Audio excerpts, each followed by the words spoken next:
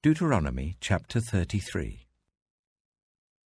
This is the blessing that Moses, the man of God, pronounced on the Israelites before his death. He said, "The Lord came from Sinai, and dawned over them from Seir. He shone forth from Mount Paran. He came with myriads of holy ones from the south, from his mountain slopes. Surely it is you who love the people. All the holy ones are in your hand. At your feet they all bow down, and from you receive instruction, the law that Moses gave us, the possession of the assembly of Jacob. He was king over Jeshurun when the leaders of the people assembled, along with the tribes of Israel. Let Reuben live and not die, nor his people be few." And this he said about Judah. "Hear, Lord, the cry of Judah. Bring him to his people. With his own hands he defends his cause. O be his help against his foes." About Levi he said, "Your Thummim and Urim belong to your faithful servant. You tested him at Massah. You contended with him at the waters of Meribah. He said of his father and mother, 'I have no regard for them.' He did not recognize his brothers or acknowledge his own children, but he watched over your word and guarded your covenant. He teaches your precepts to Jacob and your law to Israel. He offers incense before you and whole burnt offerings on your altar. Bless all his skills, Lord, and be pleased with the work of his hands. Strike down those who rise against him, his foes, till they rise no more." About Benjamin he said, "Let the beloved of the Lord rest secure in him, for he shields him all day long, and the one the Lord loves rests between his shoulders." About Joseph he said, "May the Lord bless his land with the precious dew from heaven above, and with the deep waters that lie below. With the best the sun brings forth, and the finest the moon can yield. With the choicest gifts of the ancient mountains, and the fruitfulness of the everlasting hills. With the best gifts of the earth and its fullness, and the favor of him who dwelt in the burning bush. Let all these rest on the head of Joseph, on the brow of the prince among his brothers. In majesty he is like a firstborn bull. His horns are the horns of a wild ox. With them he will gore the nations, even those at the ends of the earth. Such are the 10,000s of Ephraim, such are the thousands of Manasseh." About Zebulun he said, "Rejoice, Zebulun, in your going out, and you, Issachar, in your tents. They will summon peoples to the mountain, and there offer the sacrifices of the righteous. They will feast on the abundance of the seas, on the treasures hidden in the sand." About Gad he said, "Blessed is he who enlarges Gad's domain.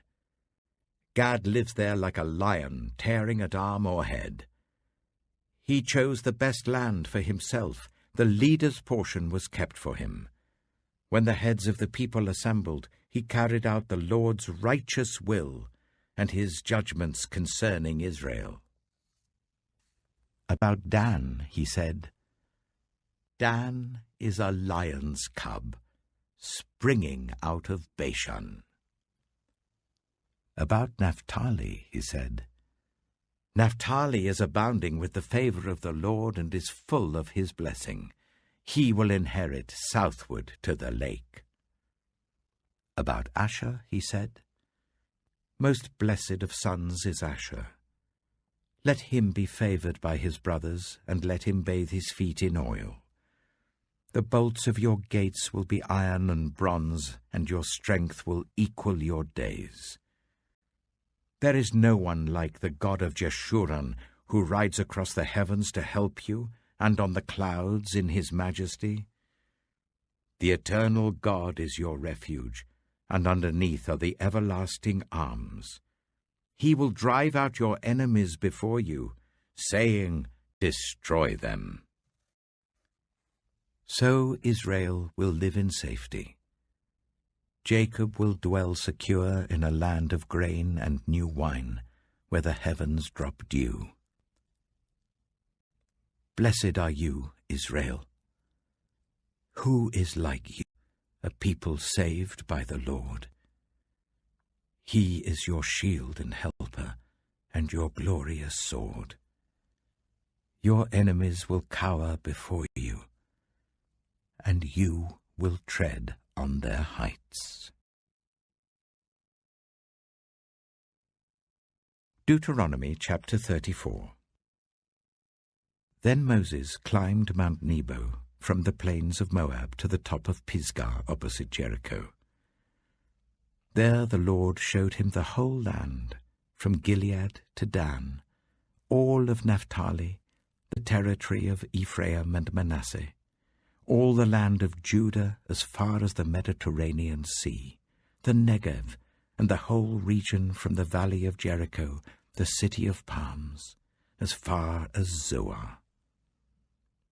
Then the Lord said to him, "This is the land I promised on oath to Abraham, Isaac, and Jacob, when I said, I will give it to your descendants.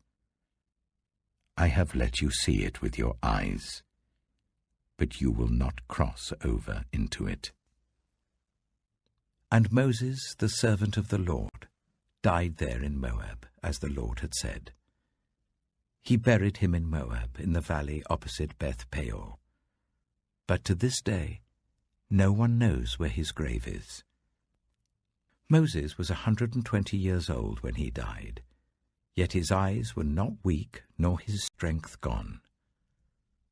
The Israelites grieved for Moses in the plains of Moab 30 days, until the time of weeping and mourning was over.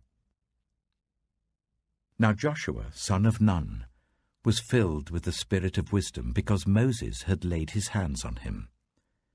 So the Israelites listened to him, and did what the Lord had commanded Moses.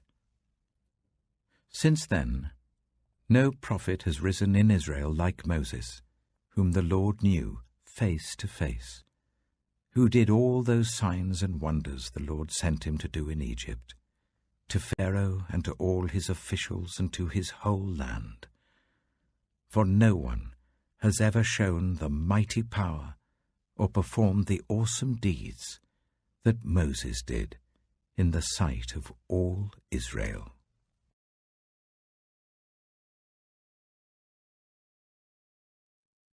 The Book of Joshua. Joshua chapter 1.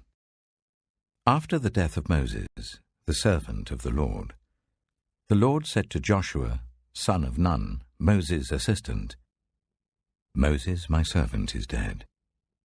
Now then, you and all these people, get ready to cross the river Jordan into the land I am about to give to them, to the Israelites. I will give you every place where you set your foot, as I promised Moses. Your territory will extend from the desert to Lebanon, and from the great river, the Euphrates, all the Hittite country, to the Mediterranean Sea in the west. No one will be able to stand against you all the days of your life. As I was with Moses, so I will be with you. I will never leave you nor forsake you. Be strong and courageous, because you will lead these people to inherit the land I swore to their ancestors to give them. Be strong and very courageous. Be careful to obey all the law my servant Moses gave you. Do not turn from it to the right or to the left, that you may be successful wherever you go. Keep this book of the law always on your lips. Meditate on it day and night, so that you may be careful to do everything written in it. Then you will be prosperous and successful. Have I not commanded you? Be strong and courageous. Do not be afraid. Do not be discouraged. For the Lord your God will be with you wherever you go." So Joshua ordered the officers of the people, "Go through the camp and tell the people, 'Get your provisions ready. 3 days from now you will cross the Jordan here to go in and take possession of the land the Lord your God is giving you for your own.'" But to the Reubenites, the Gadites, and the half-tribe of Manasseh, Joshua said, "Remember the command that Moses the servant of the Lord gave you after he said, 'The Lord your God will give you rest by giving you this land. Your wives, your children, and your livestock may stay in the land that Moses gave you east of the Jordan, but all your fighting men, ready for battle, must cross over ahead of your fellow Israelites. You are to help them until the Lord gives them rest, as he has done for you, and until they too have taken possession of the land that the Lord your God is giving them. After that, you may go back and occupy your own land, which Moses, the servant of the Lord, gave you east of the Jordan, towards the sunrise." Then they answered Joshua, "Whatever you have commanded us we will do, and wherever you send us we will go. Just as we fully obeyed Moses, so we will obey you. Only may the Lord your God be with you, as he was with Moses. Whoever rebels against your word and does not obey it, whatever you may command them, will be put to death. Only be strong and courageous." Psalm 74. O God, why have you rejected us forever? Why does your anger smolder against the sheep of your pasture? Remember the nation you purchased long ago, the people of your inheritance whom you redeemed, Mount Zion, where you dwelt. Turn your steps toward these everlasting ruins, all this destruction the enemy has brought on the sanctuary. Your foes roared in the place where you met with us. They set up their standards as signs. They behaved like men wielding axes to cut through a thicket of trees. They smashed all the carved paneling with their axes and hatchets. They burned your sanctuary to the ground. They defiled the dwelling place of your name. They said in their hearts, "We will crush them completely." They burned every place where God was worshipped in the land. We are given no signs from God. No prophets are left, and none of us knows how long this will be. How long will the enemy mock you, God? Will the foe revile your name forever? Why do you hold back your hand, your right hand? Take it from the folds of your garment and destroy them. But God is my King from long ago. He brings salvation on the earth. It was you who split open the sea by your power. You broke the heads of the monster in the waters. It was you who crushed the heads of Leviathan and gave it as food to the creatures of the desert. It was you who opened up springs and streams. You dried up the ever-flowing rivers. The day is yours, and yours also the night. You established the sun and moon. It was you who set all the boundaries of the earth. You made both summer and winter. Remember how the enemy has mocked you, Lord, how foolish people have reviled your name. Do not hand over the life of your dove to wild beasts. Do not forget the lives of your afflicted people forever. Have regard for your covenant, because haunts of violence fill the dark places of the land. Do not let the oppressed retreat in disgrace. May the poor and needy praise your name. Rise up, O God, and defend your cause. Remember how fools mock you all day long. Do not ignore the clamor of your adversaries, the uproar of your enemies, which rises continually. Proverbs chapter 12. Whoever loves discipline loves knowledge, but whoever hates correction is stupid. Good people obtain favor from the Lord, but he condemns those who devise wicked schemes. No one can be established through wickedness, but the righteous cannot be uprooted. A wife of noble character is her husband's crown, but a disgraceful wife is like decay in his bones. The plans of the righteous are just, but the advice of the wicked is deceitful. The words of the wicked lie in wait for blood, but the speech of the upright rescues them. The wicked are overthrown and are no more, but the house of the righteous stands firm. A person is praised according to their prudence, and one with a warped mind is despised. Better to be a nobody and yet have a servant than pretend to be somebody and have no food. The righteous care for the needs of their animals, but the kindest acts of the wicked are cruel. Those who work their land will have abundant food, but those who chase fantasies have no sense. The wicked desire the stronghold of evildoers, but the root of the righteous endures. Evildoers are trapped by their sinful talk, and so the innocent escape trouble.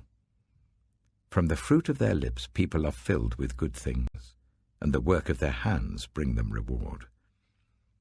The way of fools seems right to them, but the wise listen to advice. Fools show their annoyance at once, but the prudent overlook an insult. An honest witness tells the truth, but a false witness tells lies. The words of the reckless pierce like swords, but the tongue of the wise brings healing.